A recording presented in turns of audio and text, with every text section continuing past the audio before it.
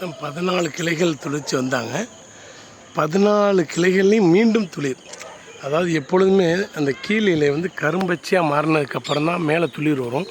இந்த முறை வந்து இளம்பச்சையாக இருக்கும் பொழுதே இந்த மேலே துளிர் வந்துருச்சு. இத்தனைக்கும் கோடை காலம்.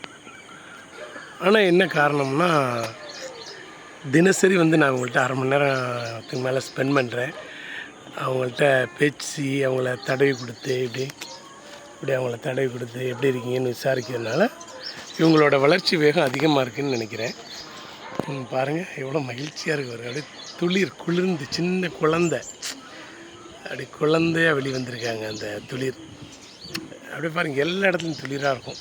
எங்கே பார்த்தாலும் துளிர், எல்லா கிளைகள்லையும் அத்தனை கிளைகள்லையும் துளிராக இருக்கும். எல்லா இடத்துலையும் துளிர். சொல்லி என்ன சந்தோஷப்படுத்துகிறாங்க. நான் அவங்கள சந்தோஷப்படுத்துங்கிறதோட இந்த மியாசகி என்ன சந்தோஷப்படுத்திகிட்டு இருக்காங்க. சீக்கிரமாக வளர்கிறாங்க. நம்ம ஒரு செடி வச்சோம்னாவே என்ன நினைப்போம்னா, எப்போ சீக்கிரம் கனி கொடுக்குன்னு தான் நினைப்போம். ஏன்னா நம்மளுடைய ஆர்வம் அதை பலன் அடையணும்னு. நான் பலன் அடையணும், இவங்க காய்க்கலைன்னா கூட, கனி கொடுக்கலைன்னா கூட இவங்களை நான் பாசமாக தான் வளர்ப்பேன். ஏன்னா அவங்களுக்கு எனக்கும் உள்ள ஒரு உறவு அப்படி ஆகி போயிடுச்சு. காய்க்கலைன்னா கூட இவங்களை தடவி கொடுத்து சந்தோஷமாக நல்லா இருங்கன்னு தான் சொல்லுவேன். அந்த மாதிரி ஒரு பாசம் வந்துருச்சு. டெய்லி வந்து பார்த்து சில பேர் இந்த மாதிரி காய்க்கலை வெட்டிடலாமாங்களா, எனக்கு அந்த மாதிரிலாம் வெட்ட தோணாது. இது ஒருவேளை காய்க்காமலே இருந்தால் கூட நான் இவங்களோட அன்பு பாராட்டி இதாக தான் இருப்பேன். அவ்வளோ ஒரு தினசரி அதுக்கு தண்ணி ஊற்றி உணவு ஊட்டி குழந்த மாதிரி வளர்க்குறப்ப அதில் நமக்கு அறியாமல் நம்ம அவங்க மேலே ஒரு பாசம் நீண்ட வந்தது. காய்ச்சாலும் சரி காய்க்காட்டும் சரி, ஆக்சிஜனை கொடுக்குறாங்களோ உயிர் வாழ்கிறதுக்கு, அது போதாதா? அதனால் இவங்களை ரொம்ப ஒரு நேசத்தோடு பார்த்து வளர்த்துக்கிட்டு வர்றேன்.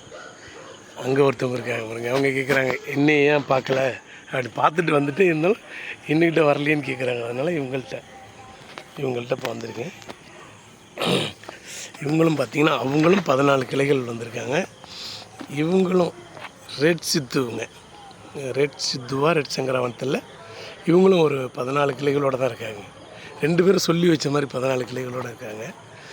எப்படி இவங்கள பார்த்திங்கன்னா இவங்க வந்து திருநூற்று பச்சிலைம்பாங்க. அவ்வளோ ஒரு வாசமாக இருப்பாங்க திருநூற்று பச்சிலை.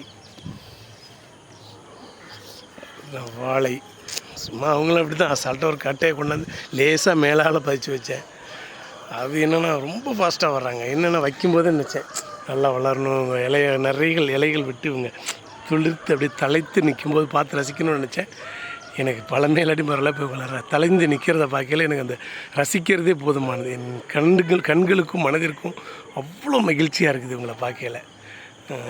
பூவன் வாழை, இவங்க சீத்தாப்பழம், இவங்களும் அப்படி தான் காய்ச்சி 2-3 தடவை காய்ச்சிட்டாங்க. பெரும்பாலும் நான் பறிக்கிறதே இல்லை. அந்த பறவைகள், குருவிகள், சின்ன குட்டி குருவிகள்லாம் வந்து அந்த சொல்ல ஒன்றும் எடுத்து சாப்பிட்றத பார்த்து ஜன்னல்லேருந்து ரசிச்சுக்கிட்டு இருப்பேன் பார்த்து.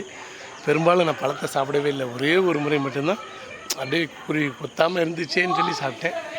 ஒரு பழம் மட்டும்தான் சாப்பிட்டேன். அதுக்கப்புறம் வந்து சாப்பிடவே இல்லை. அது பறவைகளுக்காண்டி அதை விட்டுறது. அடுத்து முருங்கை, நல்ல உயரமாக நல்லா இருப்பாங்க. காயே நல்லா லென்த்தியாக இருக்கும். இவங்களும் அப்படி தான் வச்சு இவங்கள ஒரு பாசத்தோடு பராமரித்து பார்த்துட்ருக்கேன்.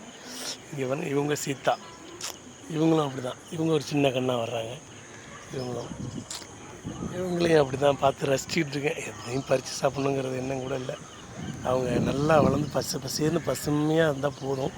தண்ணியெல்லாம் பாய்ச்சிக்கிட்டு கொடுக்காப்புளி ஒரு பையன், சின்ன குட்டி பையன் கொண்டாந்து அங்கிள் இந்த கொடுக்காப்புளிக்கு நெருக்கு வீணாக போய்டும் வைங்கன்னா வச்சேன். இன்றைக்கி அவங்க பார்த்தா அவங்க அப்படியே மேலே தலைச்சி ஓங்கி நிற்கிறாங்க. கொடுக்காப்புளி இப்படி ஒரே மரங்களோடும் இதோட காலை நேரம் மிக அருமையாக போயிட்டுருக்கு. வந்துட்டாவே மகிழ்ச்சி தான்.